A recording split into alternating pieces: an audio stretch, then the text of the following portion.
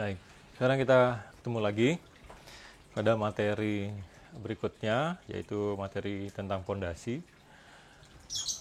Untuk mata kuliah kita struktur beton, yang khusus ditujukan kepada mahasiswa jurusan Politeknik, jurusan Teknik Sipil, mahasiswa Politeknik Negeri Bali ya, jurusan Teknik Sipil, Diploma 4, MPK, Manajemen Proyek Konstruksi. Baik, khususnya untuk mahasiswa kelas 4C. Nah, sekarang kita sudah bahas nih yang lain-lain. Mulai dari pengetahuan tentang beton, balok kita sudah bahas sampai mendapatkan tulangan. Kemudian kita juga sudah membahas plat lantai, sudah mendapatkan tulangan juga. Kolom juga kita terakhir sudah membahas kolom.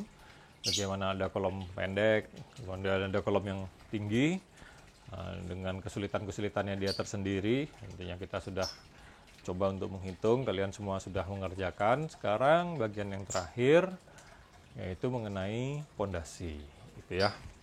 Nah, yang perlu diingat adalah materi kolom tentang materi ton tentang pondasi ini itu sangat terkait dengan mata kuliah teknik pondasi. Tetapi masing-masing punya batasan sendiri. Sekarang kita lihat ya. Kita ada matkul struktur beton. Kita juga punya mata kuliah teknik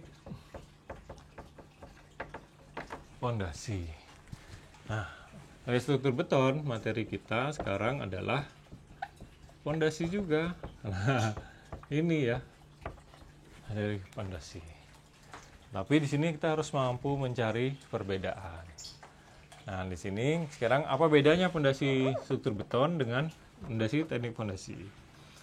Nah, nanti kalau kalian sudah belajar teknik pondasi, maka pada teknik pondasi ini itu akan terkait dengan daya dukung tanah. Nah, pada sebuah struktur pondasi yang terletak seperti ini, yang berada di sebuah tanah keras, maka tanah ini akan menghasilkan sebuah daya dukung. Nah, ini disebut dengan daya dukung tanah. Nah, daya dukung tanah ini akan menerima beban. Jadi pondasi itu menyalurkan beban ya.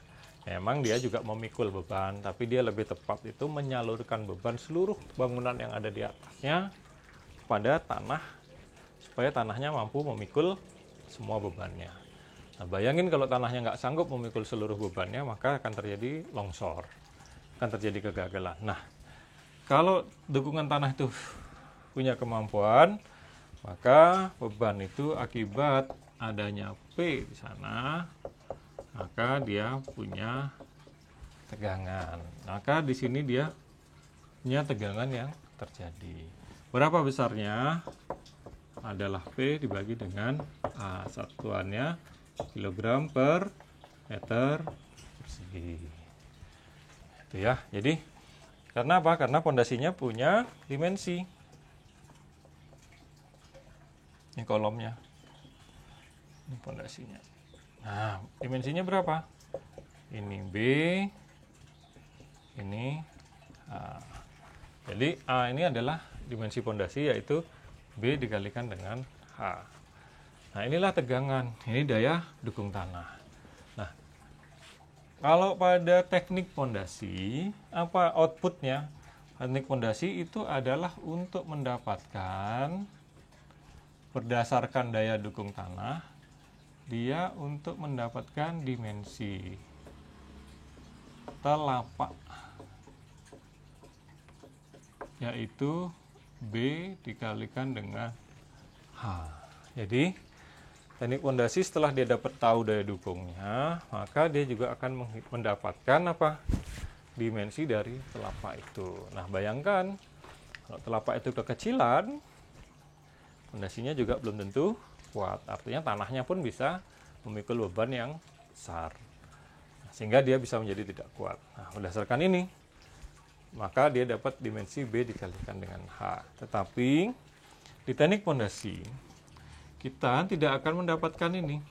Saya anggap sebagai T saja, tebal dari pondasi. Nah, tebal pondasi ini enggak. Ini tidak mendapatkan T, tebal pondasi. Tebal pondasi dapatnya di mana? Tebal pondasi dapatnya di struktur beton. Pada pelajaran struktur beton pada subbagian teknik pada pembahasan tentang pondasi. Nah, maka kita akan mendapatkan tebal dari pondasinya.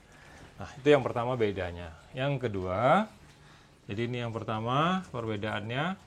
Yang kedua, ada struktur beton. Ini juga harus mencari tulangan. Nah, bahwasanya pondasi juga harus dipasangi pembesian tulangan. Kalau nggak gitu tetap aja sama dengan struktur beton yang lain, elemen-elemen yang lain, ada elemen kolom, balok, dan plat lantai, maka adanya tulangan adalah syarat utama sebagai struktur beton bertulang. Baik.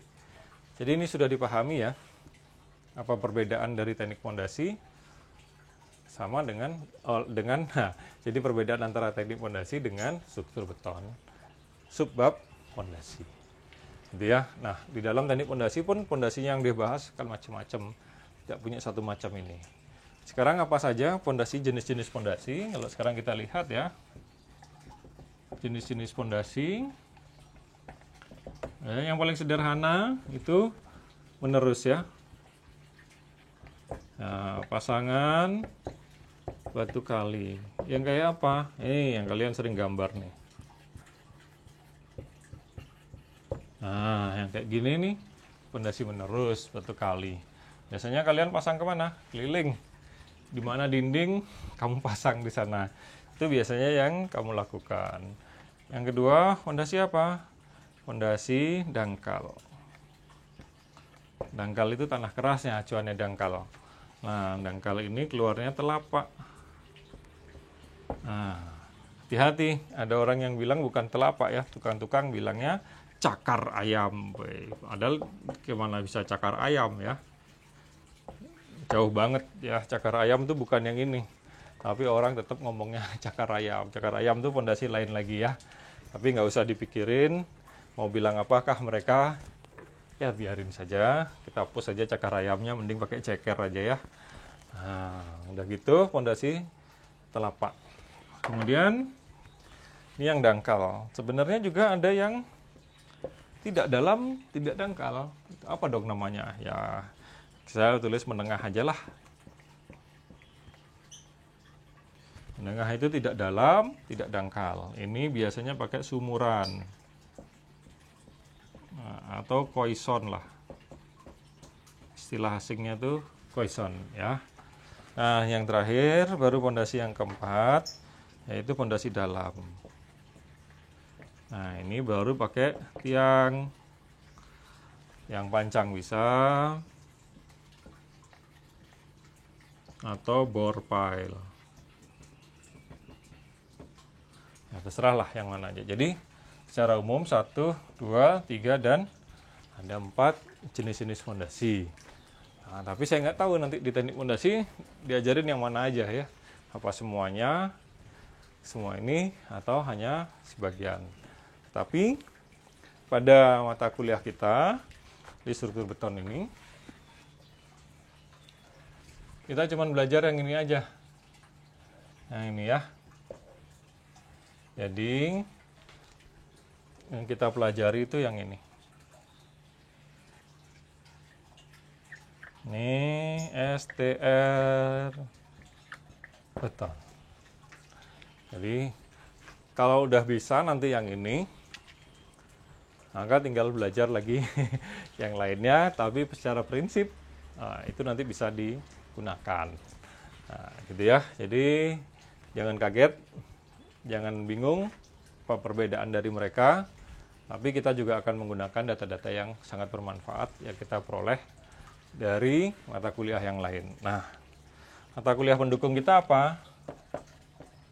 Mata kuliah pendukung Itu yang pertama mekanika tanah. Kemudian mektek. Dan yang terakhir baru beton.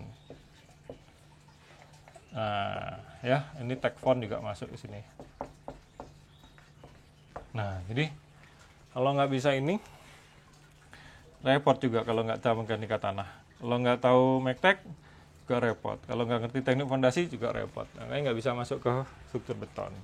Nah, oleh karena itu, struktur beton ini cukup kompleks sekali, khususnya untuk fondasi ini, karena sangat terkait dengan hal-hal yang lain. Kenapa kok harus terkait sama mekanika tanah? Karena fondasi itu ada di mana? Fondasi itu ada bisa ada di dalam di permukaan tanah juga bisa, di dalam tanah juga bisa. Maka dia akan terkait sama tanah. Dan secara prinsip sebetulnya fondasi itu menyalurkan beban kepada tanah. Sama seperti telapak kaki kita. Jadi telapak kaki kita tuh gimana sih? Telapak kaki kita satu harus kuat memikul diri kita. Bayangin kalau bayi nggak kuat mikul kita. Yang kedua, dia harus mampu menyalurkan beban tubuh kita ini pada tempat kita berpijak. Nah, tempat kita berpijak itu harus kuat. Nah, sekarang kuat gimana? Andaikan kamu sekarang berdiri di lumpur, nggak akan bisa. Karena permukaannya tidak kuat. Walaupun telapaknya kuat. Tapi kalau tanahnya nggak kuat, runtuh. Tapi sekarang kita berdiri pada sesuatu permukaan yang keras, telapaknya nggak kuat sekarang. Gimana contohnya? Contohnya kalau kita kegemukan mungkin ya. Jadi kalau kita sudah punya bobot 120 kilo, 140 kilo, telapak kaki kita kan segitu terus ukurannya. Nah ya kan, yang gede apanya? Ya pikir sendiri dah ya gede apa ya. Tapi telapak kaki apa tambah gede? Kan enggak. Oleh karena itu jangan-jangan telapak kakinya sekarang yang juga tidak kuat untuk memikul beban kita. Nah, tetapi tanahnya kuat. Nah, inilah makanya kita harus tahu materi tentang mekanika tanah. Tempat kita menyalurkan beban itu. Jadi dia harus kuat. Yang kedua, kita harus dekat sama mekanika teknik. Ya udah pasti ya. Gimana kita bisa tahu ada P di sana, gimana tahu kita ada momen di sana.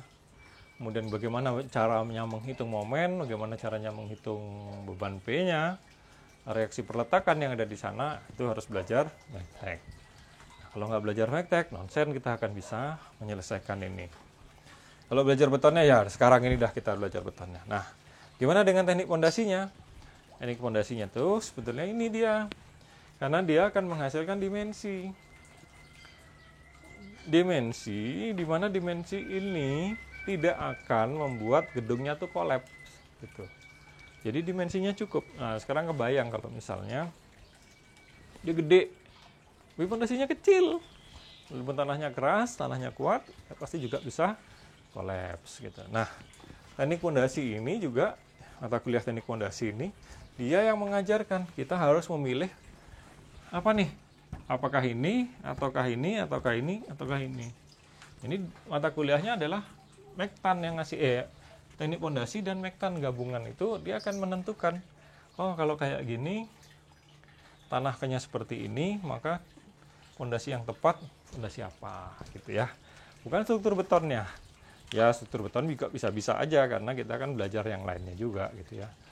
Nah, tetapi lebih tepat penentuan tipe pondasi atau jenis pondasi yang digunakan itu ditentukan oleh mata kuliah mekanika tanah dan teknik pondasi gitu ya. Nah, pondasinya, struktur betonnya sendiri gimana? Struktur betonnya merancang bagaimana merancang pondasi yang mampu memikul beban itu berapa tulangannya tanpa harus terjadinya kerusakan pada pondasinya. Itu ya. Jadi jangan sampai bingung dengan perbedaan yang ada. Baik. Kalau sekarang sudah paham dengan ini, kita tadi sudah jelaskan bahwa kita hanya pondasi dangkal saja. Nah, sekarang kita lihat lagi pada struktur pondasi dangkal atau telapak ya.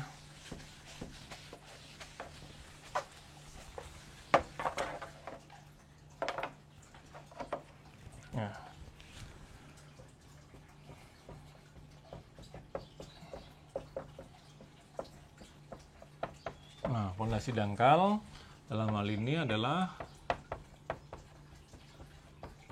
telapak. Nah, ternyata pondasi dangkal yang jenisnya telapak ini persis sama dengan telapak kaki kita.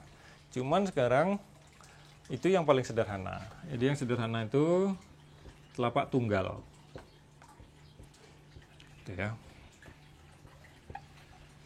Nah, telapak tunggal. Nah, telapak tunggal ini juga bisa macam-macam. Bisa bentuknya, ini katakanlah ini bujur sangkar gitu ya. Bujur sangkar. Dia punya juga yang lainnya ternyata. Ternyata dia suka bandel, dia punya yang lainnya. Ternyata dia punya lagi. Ini kolom ya. Nah, ternyata segi 4. Panjang.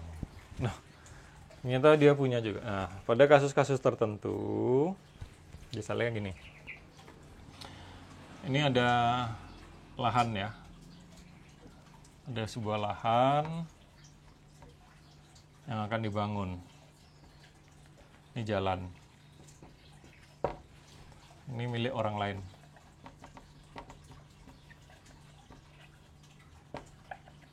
Nah, ini milik kita membangun di sini. Apa yang terjadi? Kalau misalkan ini nggak lebar-lebar amat gitu ya. Misalkan berapa lebarnya? Ya, katakanlah 7 meter aja gitu. 7 meter. Nanti kan nggak gede-gede sekali gitu ya. Terus kita mau membangun berapa? Udah deh. Kita bangun biar di belakang enak juga, ada sirkulasi udara gitu ya, sih gaya. Nah, kita bangun di sana. Berapa di sini? Misalnya ini juga 7 meter. 7 kali 7. Cukup nggak? Ya cukup lah. Kita bikin gedung atau kita bikin rumah 2 lantai. Nah, 2 lantai sekarang rumahnya kayak apa kira-kira? Ini ya. Kira-kira rumah kita gini.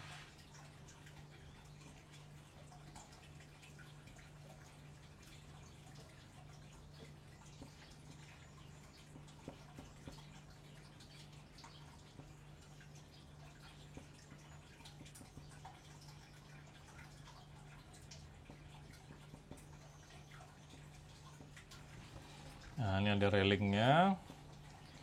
Terus ini di atas satunya. Nah, kalau udah bikin kayak gini, yang kita lihat ternyata kita membutuhkan fondasi. Ini struktur yang paling sederhana. Nah, bentuk strukturnya paling sederhana kayak gitu. Jadi, kamu sudah pernah lihat gambar ini struktur baloknya itu. Ini rumah sederhana banget ya, kolomnya ada 9. Tapi sekarang dilihat bentuk pondasinya seperti apa. Karena apa? Karena ini ketemu sama lahan milik orang lain. Atau lebih ekstrim deh, jangan gitu. Ini di belakangnya kita tutup deh ya. Di belakangnya juga tanah milik orang lain. Ini lahan milik orang lain. Itu ya, kita punya pondasi segitu. Nah, sekarang bagaimana bentuk pondasinya? Kalau kita belajar telapak seperti ini, maka di sini pondasinya kotak gini. Setuju ya? Setuju. Bisa dibikin kotak? Bisa. Yang di sini saya bikin kotak? Bisa. Nah, yang nggak bisa ada di mana? Tanahnya orang lain nih. Wah, kalau tanahnya orang lain jadinya gimana bentuknya? Nah, itu bentuknya.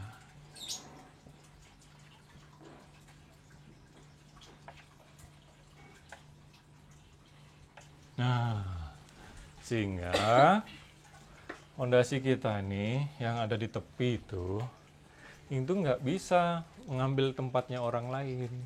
Kalau kita gali fondasi itu, terus mau dikeruk di bawahnya. Misalnya kita mau gali, ini rumah kita kayak gini. Nah, ini tanahnya orang. Terus kita gali di sini. Ini tanah kita gali. Mau taruh pondasi, memangnya ini kita keruk begini sampai kita dapat begitu, nggak boleh kan? Bagaimanapun juga atas ke bawah itu ada border, ada hak kepemilikan dimana kita nggak bisa menggunakan milik orang lain, walaupun nanti pada akhirnya kita juga nggak lihat tanahnya tuh ada apa. Orangnya juga belum tentu berkepentingan sama yang kita taruh pondasinya, tetapi secara menurut saya legalnya kita nggak boleh. Itu juga yang ke atas begitu. Kalau kamu punya tanaman di sana, di sini lantai 2 ini punya pohon gitu ke sini, boleh nggak pohonnya tuh ke tempatnya orang lain? Ya seharusnya nggak boleh. Apalagi kalau pohonnya pohon buah mangga, nah problem lagi. Nah oleh karena itu kita harus menghargai privasi atau hak milik orang lain. Demikian juga kita nggak akan suka diserobot oleh orang. Oleh karena itu bentuk telapaknya sekarang berubah. Nah, seperti apakah bentuk telapaknya sekarang?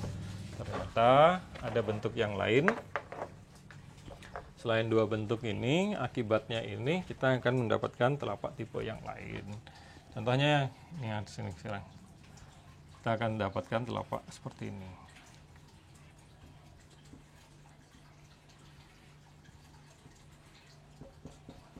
Nah, kita akan dapatkan telapak seperti itu.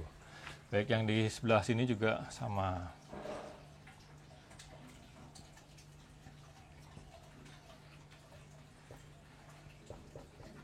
Nah, lalu yang di pojok-pojok ini bagaimana?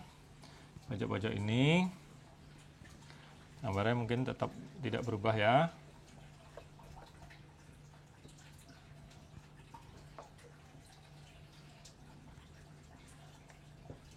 Nah, bentuknya seperti itu.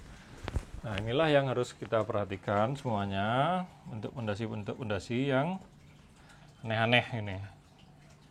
Nah, yang kalian juga harus bisa membuatnya di lapangan. Nah, ini adalah bentuk modifikasi dari bentuk dasar baik yang bujur sangkar maupun yang segi 4 panjang gitu ya. Nah, saya tidak akan ngajar ke sini. Ini cuma modif dari sini. Nanti ini tinggal diikuti saja. Ada caranya untuk mencapai titik berat maupun bidang kerb ya, bidang inti dari pondasi ini nanti diikuti. Asalkan yang telapak biasa ini bisa, pasti ke sini juga tidak sulit. Nah, ini baru satu kasus seperti ini menghasilkan setengah maupun 1/4. Jadi sudah beda. Ada nggak kasus lagi yang lain yang menyebabkan pondasi dangkal itu tidak hanya telapak tunggal, tetapi bentuk-bentuk yang lain? Ternyata ada juga. Nah, seperti apa kira-kira? Sekarang kita lihat telapaknya seperti apa. Nah, itu tadi telapaknya tunggal ya. Sekarang ternyata juga ada loh pondasi yang demikian. Nah, ternyata ada juga nih.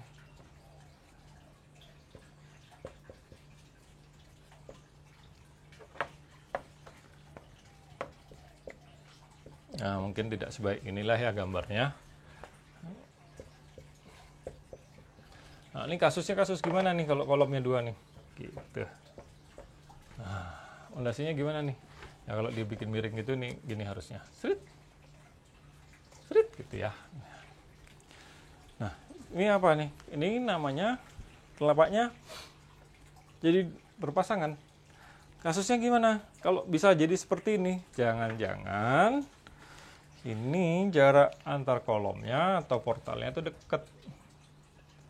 Ini as. Nah, gitu. Jangan-jangan berapa? Jangan-jangan cuma 1 meter atau katakanlah maksimal nih 200 cm 2 meter.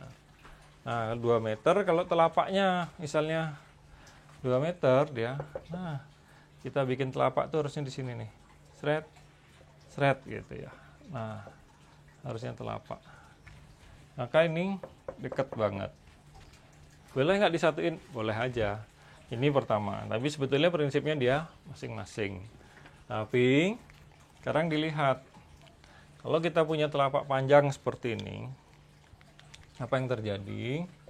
Kita punya daya dukung di sini. Nah, jadi besar dia. Ini dia punya P. Ini punya P.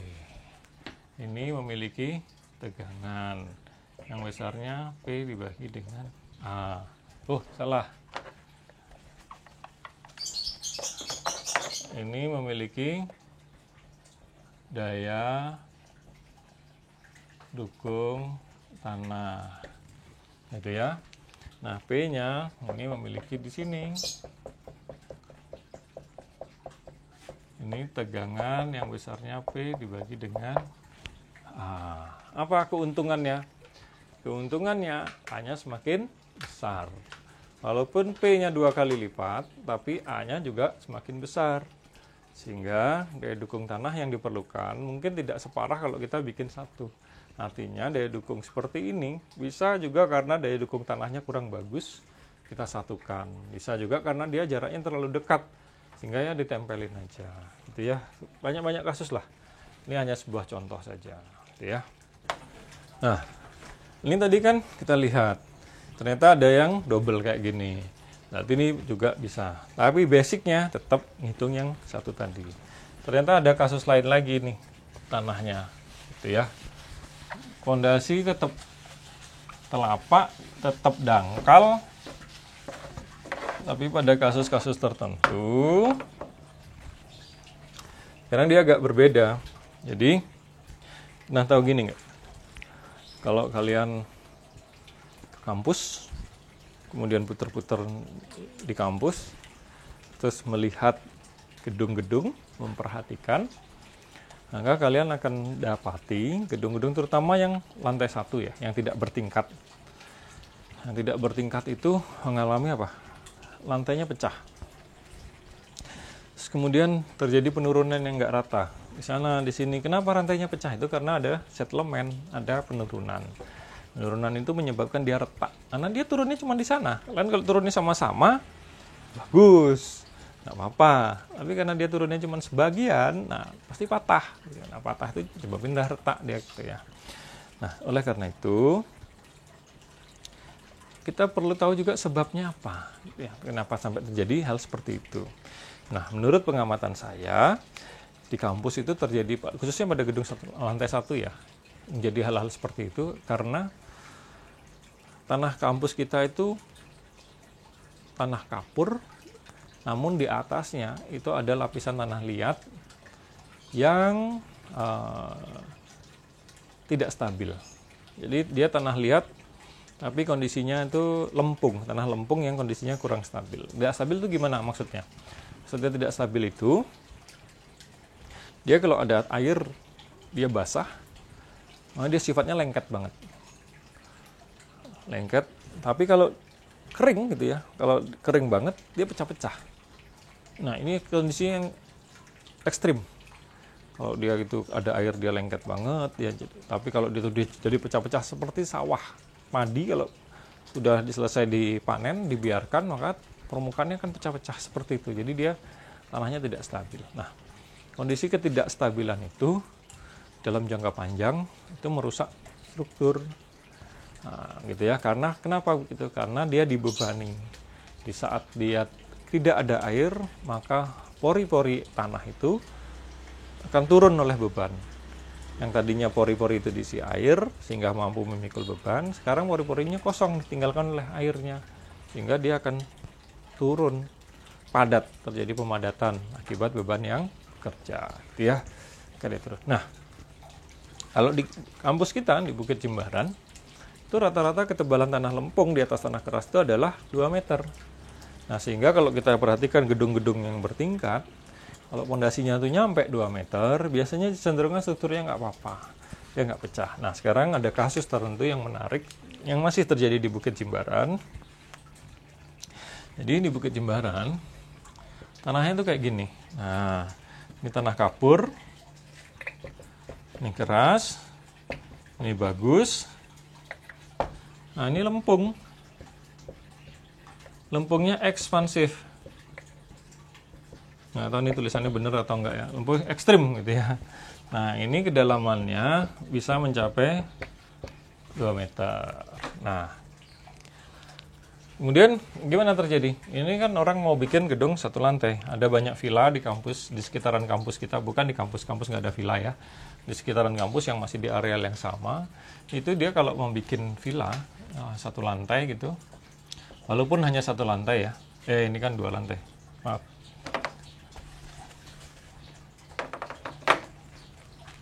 Dia bikin rumah 1 lantai begitu. Dia tidak mau menggunakan pondasi telapak. Dia nggak mau. Dia nggak mau pondasi telapak. Tapi dia ganti juga sekarang. Kondisinya seperti itu. Bahkan dia lebih ekstrim sekarang. Jadi kalau gedung itu punya kayak tadi yang kita bikin itu.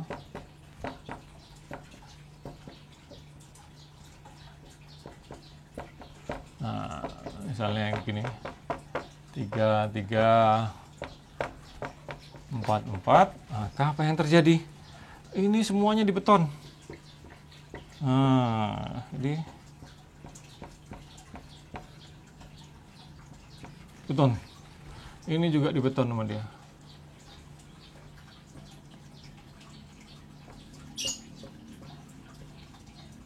Nah, full.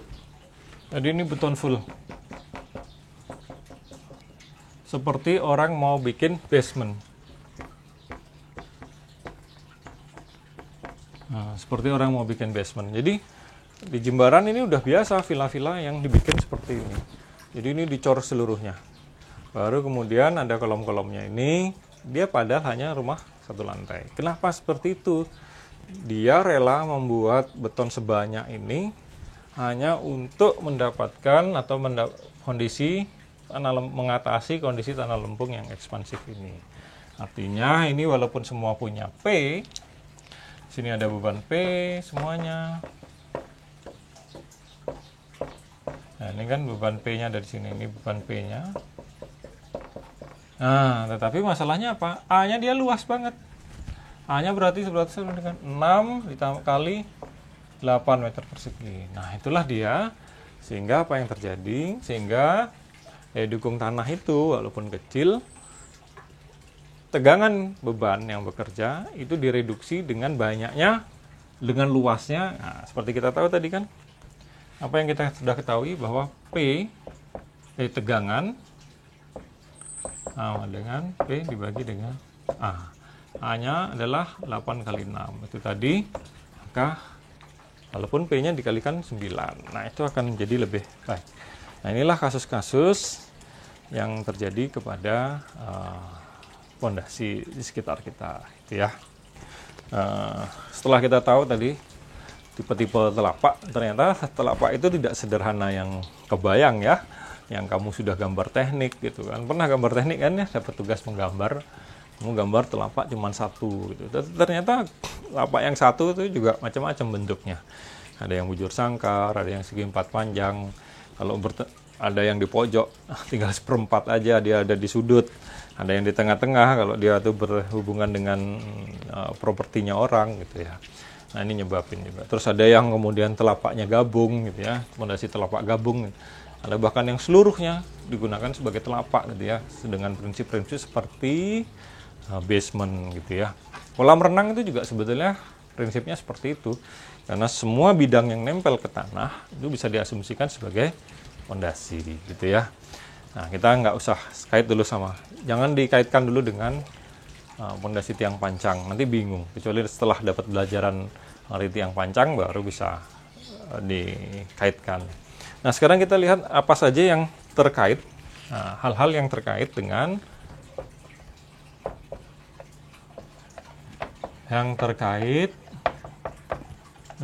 fondasi telapak. Jadi kita lihat apa saja sih yang terkait sama fondasi telapak gitu ya. Nah, ini sekarang kalau saya gambar begini,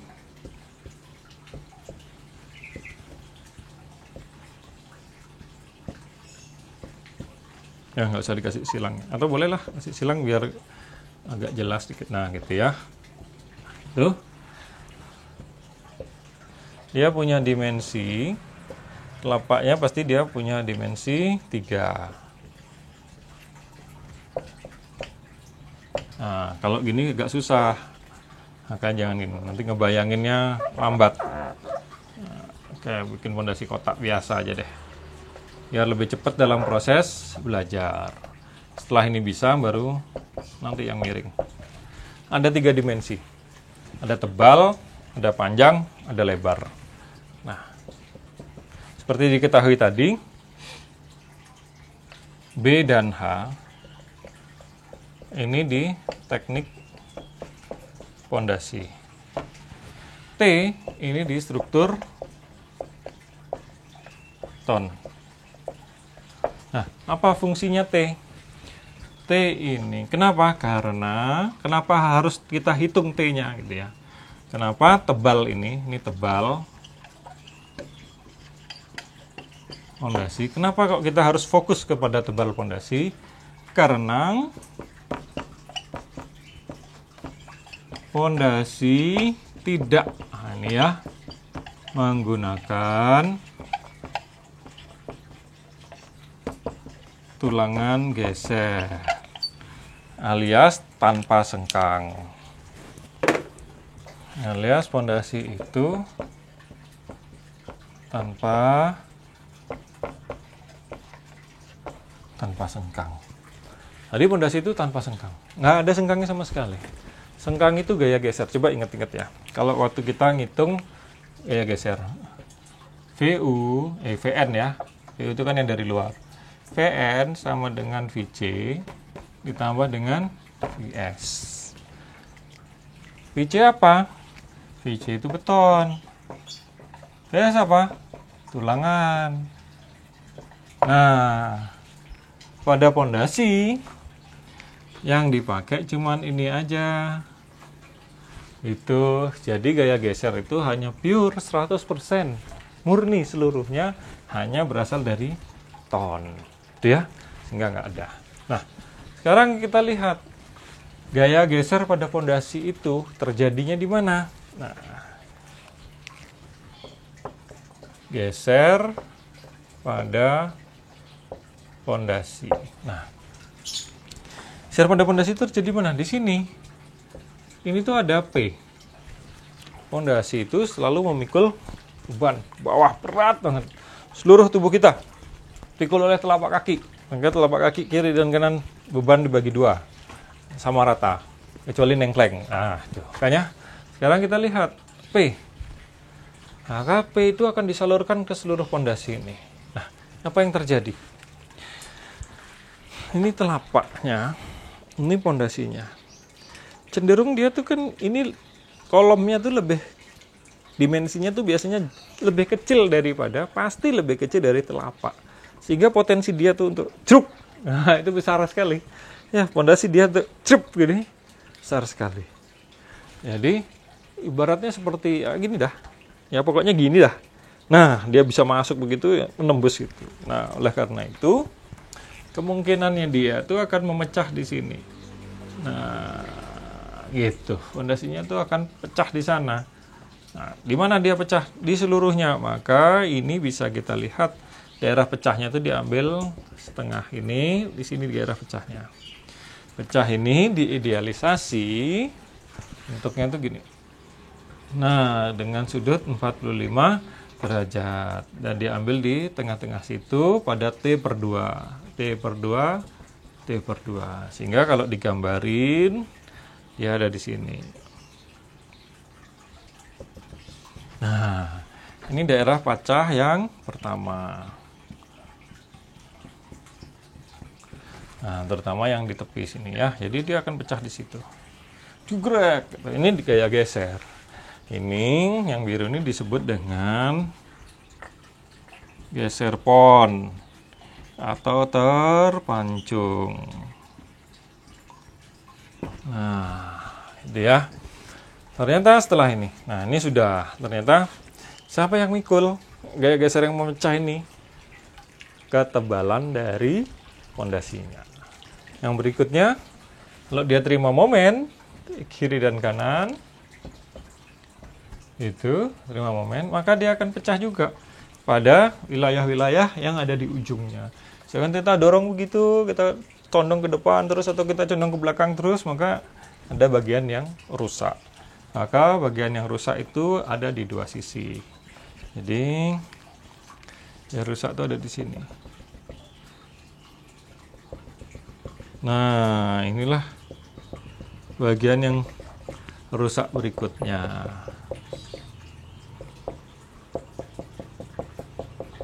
Nah, ini kerusakan ini yang disebut dengan geser satu arah. Nah, kalau ini tadi kita sudah tahu yang merah ini akibat adanya geser lagi, maka yang merah ini kita sebut sebagai geser. Tidak ada istilah pon atau termancung, kita pakai arahnya saja. Geser dua arah. Hati-hati ya. Kalau mungkin di buku-buku atau orang lain atau para ahli yang lain, saya bukan ahli, saya belajar aja. Itu mungkin menyebutnya yang merah ini geser satu arah. Cuman buat saya gampang, jadi begini. Saya sebut yang merah ini sebagai geser dua arah. Kenapa? Karena di sini ada arah X dan di sini ada arah Y. Jadi di sini arah Y, sini arah X. Maka saya menyebutnya sebagai geser dua arah. Tetapi pada geser pon, dia terjadinya bersama-sama, sekaligus. Gitu. Nah, satu kesatuan, nggak geser sini, nggak geser sama, bareng-bareng. Jadi karena dia satu kesatuan, maka saya sebut di sini geser satu arah. Nah, ini cuma istilah yang saya bikin aja. Nanti ke depan kita akan menyebut sebagai geser satu arah dan geser satu arah. Nah, jika kalian membaca buku, membaca referensi-referensi yang lain, nah ternyata menyatakan ini terbalik, nah, nggak usah pusing, nggak usah bingung. Pokoknya yang dimaksud ya itu, gitu ya. Yang dimaksud ya itu. Kadang-kadang kita kalau manggil teman kita kan, Dul, gitu. Siapa? Padahal namanya bukan Dul, gitu. Padahal namanya ya orangnya ya itu juga, gitu. Ya udahlah, gitu ya. Ini cuma pembenaran aja, gitu ya. Nah, ini yang perlu diketahui bahwa kita tidak akan menghitung fondasi yang ada sengkangnya. Jadi kita tidak pernah menghitung tulangan sengkang pada fondasi. Seluruh gaya geser yang terjadi di fondasi dipikul oleh beton. Dan gaya geser yang terjadi itu ada dua, yaitu geser satu arah dan geser dua arah. Di mana geser satu arah itu adalah geser terpancung yang menyebabkan kolom itu seolah-olah akan menembus dari fondasinya. Kemudian ada terjadi yang kedua adalah geser dua arah. Arahnya X dan arahnya Y. Yang ditimbul biasanya lebih dominan disebabkan oleh adanya momen. Maka dia akan patah di sana. Tapi tidak di sini ya, tidak dekat dengan kolom, dia akan ada jarak tertentu pada kolom. Dari depan kolom ini dia punya jarak tertentu. Nah, itu yang akan patah. Tapi tidak serta-merta patah di dua arah X dan Y. Jadi bisa saja dia patahnya cuma di X saja, atau dia patahnya di Y saja. Jadi beda dengan geser satu arah tadi. Ini bareng, patahnya pasti di situ, gitu loh. Satu kesatuan sekaligus. Nah, itu ya. Jadi ini hal-hal pertama, hal-hal yang terkait dengan pondasi telapak, yang terkait sama pondasinya. Sekarang kita akan masuk ke bagian yang berikutnya, yang terkait sama tanahnya. Nah, ini saya bersihkan dulu.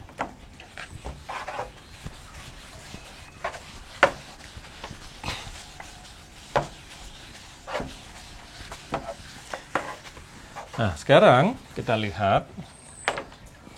Saya gambar pondasi lagi, nggak bosan-bosan ini ya. Kalau bosan nanti selesai dong ngajarnya. Nah, kalau kita punya telapak gini, nih telapaknya benar-benar langsing banget nih ya. Apa yang terjadi sama telapak ini? Apa? Kalau kita punya P di sini, maka deformasinya yang terjadi gimana? Maka deformasi yang terjadi pada telapak ini, kayak warna merah ya, biar agak nyata kelihatannya. Ini kan jadi gini. Nah, ternyata pondasinya tuh lengkung. Lengkung gimana? Gini loh. Nih. Nah, jadi dia akan begini dia. Lengkung dia pondasinya. Nah, kalau lengkung apa yang terjadi sama dia? Yang terjadi adalah pondasinya tuh retak. Loh, kok retak? Loh iya. Karena yang di bawah terjadi tarik, yang di atas terjadi tekan. Kalau udah kayak gini, maka gimana bentuk tulangannya? Maka kita lihat penulangannya.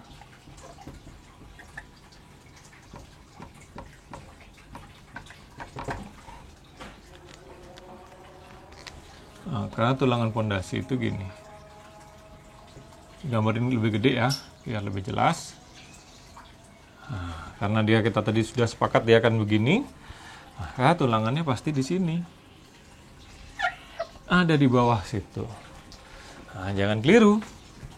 Nah, kalau saya gambarkan sekarang misalnya telapaknya nggak sama ya, dalam posisi yang ekstrim itu, maka sekarang kita lihat bentuk tulangannya seperti apa. Bentuk tulangannya kita gambarkan begini.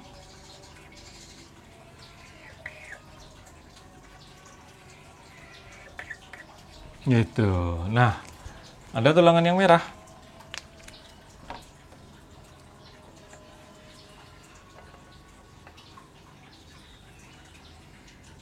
Nah, sekarang yang merah di atas atau di bawah? Nah, kita lihat. Nanti kalau seperti ini, kan dia lebih kaku ke arah mana? Arah X. Maka X itu kita taruh di bawah. Maka yang merah itu ada di sini.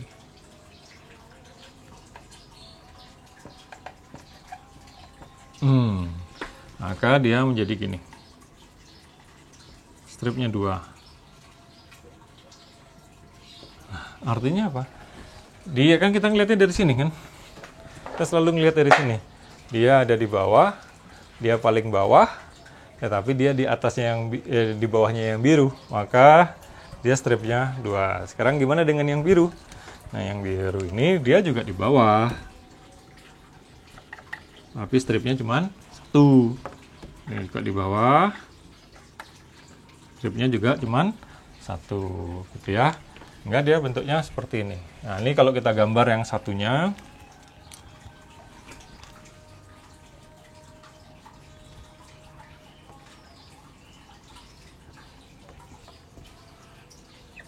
Nah, kalau kita gambar gitu, gimana caranya gambar?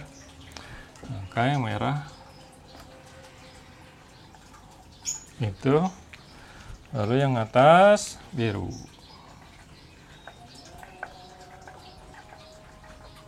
Nah, baru seperti itu ya. Gambarnya kita lihat, kita paham ya. Jangan sampai bingung, ketuker. Nah, jangan bikin pondasi kemudian karena kita ngebayang kayak gini kok terbuka gitu. Ya, ini memang yang benar ya begini. Jangan kemudian dibalik. Dibalik gimana? Pondasi.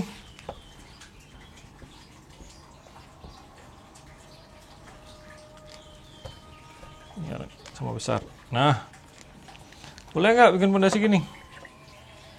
Wah, ngaco nih. Yang ini adalah contoh yang salah. Ini nggak boleh. Kenapa nggak boleh? Lihat ini, retaknya ada di sana. Maka dia tulangannya nggak boleh seperti ini. Ini yang benar tulangannya. Itu ya. Hingga ini semua diisi oleh beton. Nah, udah jelas ya dengan pola penulangan pondasi. Itu yang nggak bikin tidak membuat tulangan sengkang di sini. Jadi ini memang benar-benar cuman tulangan pokok saja. Nah, paling-paling kita dapat penyaluran yang dari, nah ini ada tulangan yang penyaluran dari kolom. Ada yang bentuknya begini, ada yang bentuknya begini. Nah, gitu ya. Jadi kolomnya ini kan ditekuk keluar-keluar, ini ke dalam tapi sedikit. Jadi tergantung asumsi yang digunakan yang mana. Boleh saja. Jadi ini fondasi. Nah, sekarang yang paling penting. Yang paling penting setelah kita tahu, setelah kalian tahu bahwa tulangannya seperti itu, sekarang pertanyaannya, kok bisa dia jadi beban seperti ini? Nih ya, kenapa dia bisa kayak gini? Ini paling penting.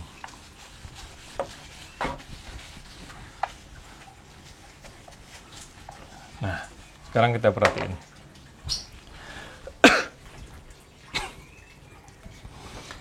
Saat kolom menerima beban, kita ngomong satu aja. Dia menerima beban vertikal P yang besarnya besar banget karena seluruh di atasnya itu gede. Yang apa yang terjadi? Yang terjadi adalah P ini didistribusikan merata ke seluruh bidang fondasi. Maka P itu ada di sini. Disebarkan ke sini. Nah, disebarkan gitu. Karena dia disebarkan, maka dia timbullah tegangan. P dibagi A. Ini adalah tegangan yang terjadi. Ini saya tuliskan ya. Tegangan yang terjadi akibat apa? Ini lengkap nih. Akibat beban yang bekerja. Tegangan. Terus apa yang terjadi? Ini kan kita taruh di mana? Ini tanah. Ini tanah semua di sini. Fondasinya dia letakkan ya tetap di atas tanah walaupun dia 2 meter di bawah tanah. Misalkan kita bikin begini.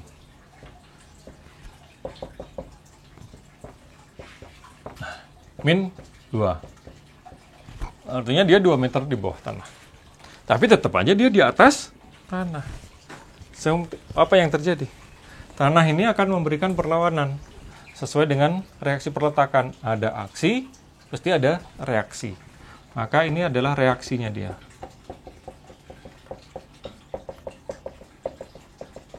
Nah, ini ada aksi, ini ada reaksi. Reaksinya itu disebut, kita yang tadi saya ulang-ulang adalah daya dukung tanah. Daya dukung tanah itu kalau di dalam mekanika tanah, di dalam mektan, itu simbolnya adalah huruf Q. Q kecil, ya. Ini didapat dari persamaan Terzaghi. Nah, Terzaghi itu yang gimana? QU sama dengan CNC dikali tambah 1,2B gamma N gamma dan seterusnya. Ada 3 komponen, 1, 2, dan 3. Z dikalikan apa? Nah, itu adalah persamaan Terzaghi. Satuannya apa? Satuannya juga sama dengan yang di atas. Satuannya adalah kilogram per sentimeter persegi. Yang di atas ini apa? Sama. Ya kan, ini gaya dibagi dengan luas. Ini satuannya juga kilogram per sentimeter persegi. Jadi ini sama. Nah, artinya sekarang gini. Kalau tegangan ini Q. Tegangan itu sekarang ada 3. 1, 2, 3. Kalau tegangannya gini daripada Q, apa yang terjadi? Tegangan kurang dari Q, maka sini aman. Yang kedua, tegangan sama dengan Q, ini apa? Ini riskan. Yang ketiga, tegangan ini apa nih? Oh, ini kurang ya. Tegangan kurang, lebih kecil, kurang, ini gagal, apa namanya, runtuh. Nah, kalau ini tegangan lebih apa nih? Lebih besar daripada Q, tegangan kurang, tegangan lebih kecil daripada Q. Oh, ini benar nih. Tegangan lebih kecil daripada Q, ini aman. Ini tegangan, ini runtuh.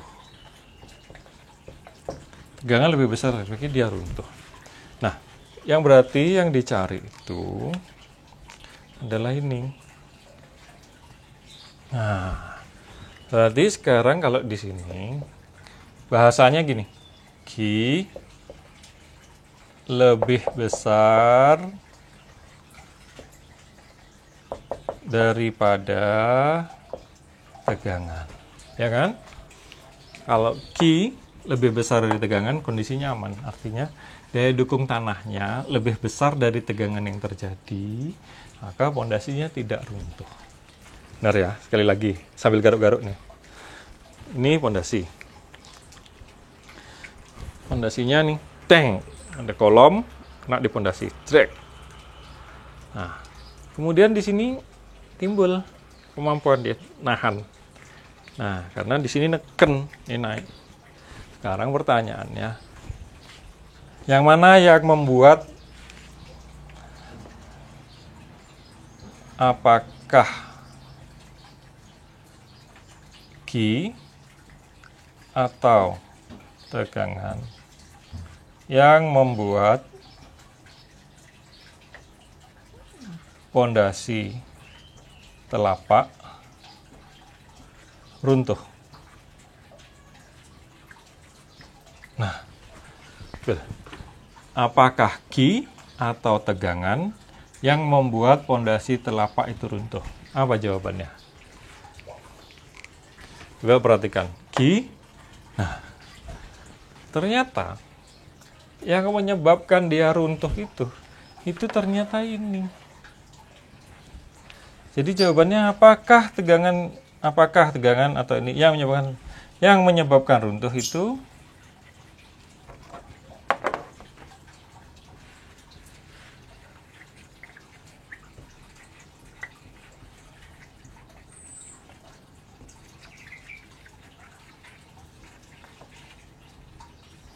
Nah, yang menyebabkan runtuh itu ternyata ki yang di bawah ini, daya dukungnya. Artinya apa? Artinya sekarang ternyata beban pondasi itu lebih besar itu kepada tanahnya. Jadi tanah itu ternyata yang membuat pondasinya runtuh, bukan beban P-nya. Karena beban P itu kan disalurkan ke tanah. Pondasi itu cuma menyalurkan, tetapi kerusakan pondasi atau keruntuhan pondasi itu ternyata yang nyebabin itu tanahnya, karena tanahnya sangat kuat, sangat memberikan tegangan yang jauh lebih besar daripada tegangan yang terjadi. Nah, oleh karena itu beban dari pondasi yang kita perhitungkan, yang membuat dia naik ini ternyata bukan P. Nah, P adalah daya dukung tanahnya gini, yang menyebabkan pondasinya menjadi naik seperti itu. Jadi tadi yang saya bilang ini, dia jadi nekak gini, ternyata ini juga benar dia membuat seperti ini sehingga terjadi geser pon. Ternyata kemampuan tanah ini untuk ke atas ini menyebabkan pondasinya juga tertekuk ke atas. Kapan tanah itu akan memberikan gaya ke atas? Nah, ini bisa menjadi gaya ke atas tanah.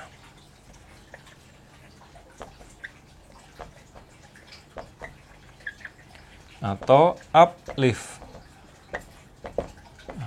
Jadi tanah itu ternyata juga punya kemampuan untuk mendorong dia ke atas, gitu ya. Jadi kemampuan upliftnya. Nah, inilah yang berbahaya sebenarnya, yang selama ini oleh para ahli digunakan untuk menghitung penulangan dari pondasi. Jadi tidak serta-merta hanya dari P saja, tapi sekarang karena P ini tegangan yang dihasilkan oleh P ini kurang dari Ki, maka tulangan sekarang dihitung dari beban, yaitu besarnya Ki.